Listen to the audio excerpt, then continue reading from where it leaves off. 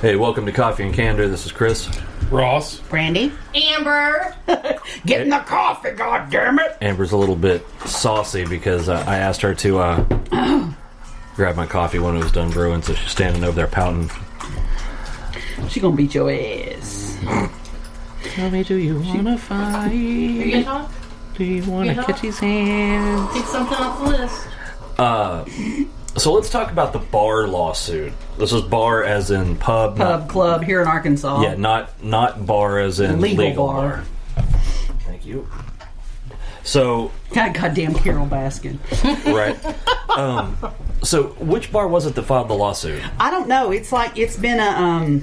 What is this lawsuit? I haven't heard. Basically, they're filing against the ruling in the governor's office because... Since bars and private clubs were able to reopen, they've been having to close at 11. I don't understand what. Well, the Rona doesn't come out until 11:05. I didn't know that. Yeah. Okay. But like where we were Friday night, normally they stay open. Just like it can jump 5.5 feet, but not just 6. not 6. But they're not allowing them to stay open. They have to close. Even on New Year's Eve, they had to close at 11. Wow. And so some of the bar owners, I think, got together and it did kind of like a group Like lawsuit. a class action. Yeah, like a miniature scale. Here's the thing, though. That's what the governor signs is not a law because it wasn't voted on by the legislature. Well, and it's an edict. It's an executive order. A suggestion at most. It would be really, really easy to beat that in court. Keep talking. I'm looking. I don't understand why all these mom and pop places had to shut down, but they fucking kept Walmart and Target and all these other big ass corporations could run. Exactly. The corporations made. I saw a thing that last year in 2020, the corporate owners added almost $2 trillion to their wealth. Okay, here while these mom and pop stores went out of business hand over fist. I found that's crazy. Mm-hmm. This is an article that was posted. This is the 10th, so 3 days ago. Yeah. The owners of more than a dozen Arkansas bars filed a lawsuit against the state seeking to have some COVID-19 restrictions thrown out. The lawsuit filed in Pulaski County claims the Arkansas Department of Health. Yeah, I just shorted out there. Acted arbitrarily. The Department of Hell. Yeah, well, same thing. When it ordered bars to close at 11 p.m. The lawsuit includes a graph from the 88 showing the lowest number of active cases by associated activity in Arkansas bars. And sorry, I'm going to read it again because the lawsuit included a graph from the 88 showing the lowest number of active cases by associated activity in Arkansas is bars, with the highest being public school district. So the bar owners are saying, we're not going to close the schools. The bar owners are saying, hey, you got the schools open and they're where the highest number of cases are coming from, and we're the lowest, and you've got restrictions on us. Yeah, that's bullshit. Yeah, I mean, with that data, I don't... Okay, and it says the suit states the bars are losing a significant amount of money having to close hours earlier than normal. Aaron Shower of the Piano Bar in Fayetteville said the bar owners just want to be able to open for their regular hours. I'm hoping that the injunction is granted as soon as possible so we are able to stay open for our normal hours. We will continue to take the precautions that we normally take, the capacity restrictions that we normally take. We're not asking for a free pass and a free-for-all. That's not what this is about. We just want to be able to pay our bills and operate within our normal hours. I know a lot of us bar owners don't mind targeted restrictions as long as there's targeted relief. When we're being picked on and restricted upon restriction, please give us something in return, because at this point we can't keep paying rent and staff. We can't keep taking on loans to do it either. The bars that included are the Amendment, Boar's Nest Barbecue, Bugsy's, Buster Bellies, C4, Cannibal and Craft, Crossroads Tavern, Kingfish, Los Bobos, Maxine's Tap Room, On the Mark, The Piano Bar, Pinpoint, Riley's, Shots, Sideways, Smoke and Barrel. I don't know if that's all the same thing. No, Shots, Sideways, Smoke and Barrel, Speakeasy, Stir, Van and Company, West End, and my personal favorite, Ye Hog. Ye old hog. It's Yeehog. Like are those all in Fayetteville? No, it said that they're, because like some of those I know are in Little Rock. I mean, I'm not a big bar, I don't know. And it's what the Arkansas Department of Health says they can't comment because the litigation is pending. And the ABC spokesperson said they can't comment on this specific thing, but they did say ABC is committed to enforcing the directives established by the governor and DHS. Well, DHS is... No, I said it wrong. Department of Health. Yeah. The Department of Health, it's HHS, I guess, Health and Human Services. Yeah. They don't get to establish... There's two departments. There's a Department of Health and there's a Department of Human Services. Oh, I thought it was the same. Okay. At one time, I think years and years and years ago, they were the same, but they've split off. Well, they don't get to establish policy. Period. Not for anybody other than who works for them.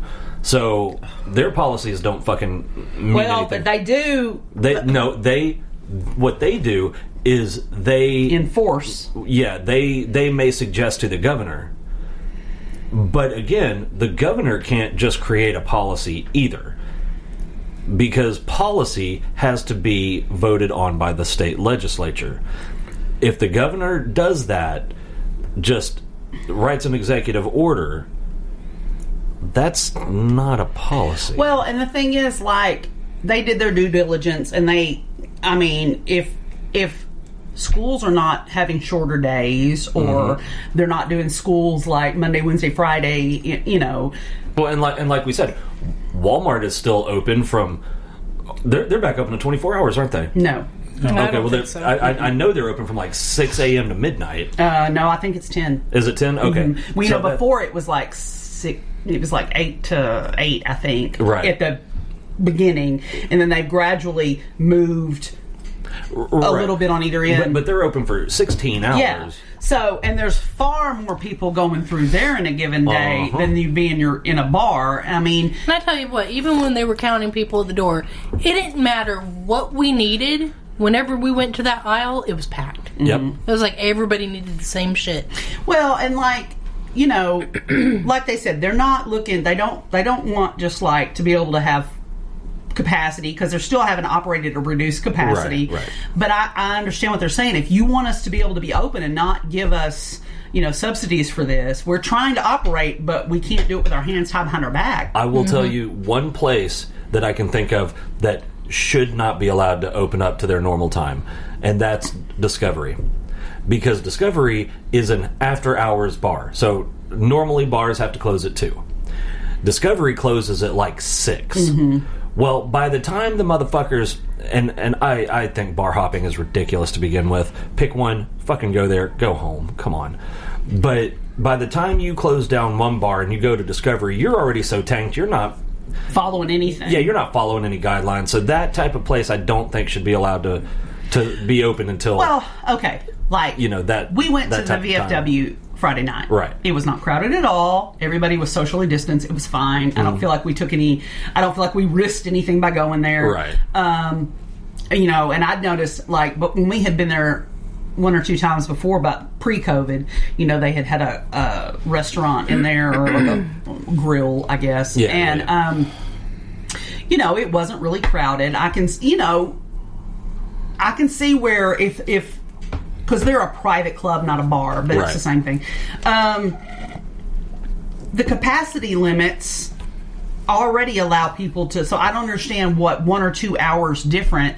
If the people that had been sitting there at 11 o'clock were still doing the same thing they were doing at 2 o'clock. Yeah, it's not like COVID comes out of the shadows and starts infecting people at 11:30. Let me tell you something that was going on in North Little Rock, and that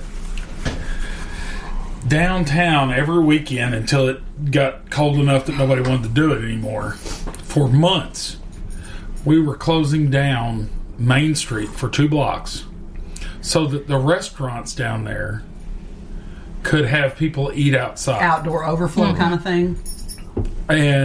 But I kind of agreed with it. All the other businesses up there were like, hey, we're trying to stay open here too, and you're not doing anything to accommodate us. Well, that's the nature of their business, though. but I mean, you've got a restaurant versus you've got like a little shop. You know, if they all need to like have. No, I mean, I get it, but just by nature of the way a restaurant is, you know, like that's what I'm saying. It's the nature of their business. You can't really. I mean, I guess they could pull. The shops could pull racks outside if they wanted to. That's what I was about to say. If they gave them the chance, they could put displays and stuff outside so that more people could shop. Are they giving them that opportunity? Well, number one, I don't know, but number two, just my personal opinion, I wouldn't do that because I think that would increase the potential for somebody to walk by and pocket something and not pay for it. But probably, but I mean, when you have limited choices, at this point, I'm sure that they would take that just to be able to have people, because I'm sure. Can you imagine if you had just started a boutique business this time last year? Fuck, you wouldn't have a snowball's chance in hell because people haven't been able to browse and look. Like this time last year is when Brittany started Dolly Dagger. And somehow they've made it through, which is a miracle. But we also had a friend start a brick and mortar clothing business this time last year, and she wasn't able to make it. And I don't think it was any fault of hers. I just think, good Lord, you know, pretty much every time somebody walks into Brittany's, they're cha-chinging.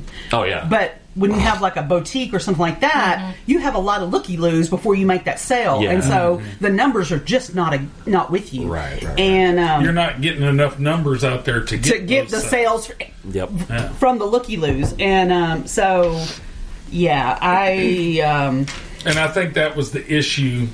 With what was going on downtown, they weren't really letting them do that. They took up all the space with all the seating for all these different restaurants and stuff. Well, yeah, and if that's the case, that's absolutely not cool. Yeah, because I mean, not just the restaurants need to pay their people. Everybody, you know. Yeah. So along that same line, Rocktown Distillery. Yeah, Rocktown Distillery is a local brewery. Or distillery. I think they dismissed it now. They did, but we're still going to call them out. But let me ask you though, because when I first heard about this, I thought it was a state thing, but then I started hearing that it was a federal. It was a federal thing. Well, here's what happened. They this distillery switched to making hand sanitizer. Because let's take it back to when this all started, because it's been going on long enough. We've forgotten some of this shit. You couldn't find fucking hand sanitizer. It was gone. You know, they stopped the production of their alcohol to make hand sanitizer to fill a public need here. People could come with their bottles and fill it up, and they were giving it out to schools and hospitals and stuff. They were not.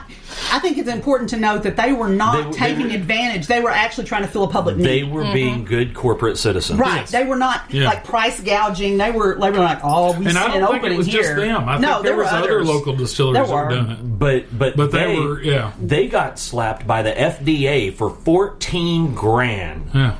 And in fines. Yeah, and number one, that's bullshit. But number two, there was such a public outcry that let's be very clear about this. The FDA doesn't give a fuck about you. All they care about is getting the fines money. So the only reason that the FDA dismissed this is because it got national attention. Because people made a big enough stink. If it hadn't, those guys would they'd be paying a $14,000 fine. Absolutely. And that just like we want people to be better and do better, and then when people do, we red tape beat them to death. It's like, what the fuck? They weren't trying to like clicking? It's me, I think. I'm trying to move shit. They weren't trying to. Maybe it's not me. It is probably your phone. Okay. Ta-da! But yeah, no. Let's be clear. The FDA doesn't give a fuck about anything except getting that fine money. Yeah, they just wanted their cut. Exactly, because if they did, they wouldn't fine motherfuckers $14,000. I mean, they would tell them, hey, and they were still trying to keep their lights on. I mean, they had been losing money, and then you're going to slap them $14,000. Yeah, I mean, because think about it. You know. Well, I know he just does to locally North Little Rock. There's another brewery that also has a eatery and all that in it. They have actually taken part of their parking lot and have been doing, and they've had some seating. They've built a drive-through area in part of their parking lot. temporary, not anything permanent. Right. And like they've been doing a lot of stuff at business, to make it easier for people to get in and out. Mm-hmm. And we've had people complain.